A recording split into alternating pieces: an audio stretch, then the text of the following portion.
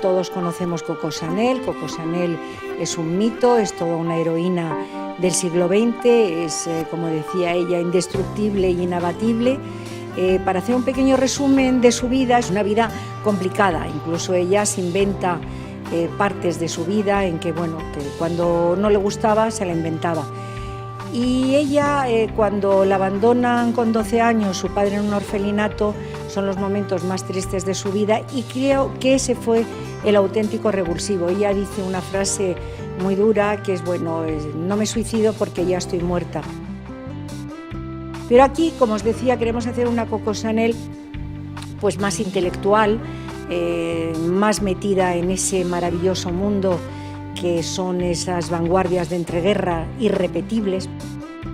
Ella crea una forma distinta de vestir, crea el pantalón para la mujer. En uno de sus numerosos libros cuenta que quiere vengarse de la sociedad parisina con su famoso negro. Ella iba siempre de negro con su petite robe de orfelinato, y la crea para vengarse un poco de toda esa sociedad parisina, que fue quizá lo que más se reconoce de ella, el negro de Chanel.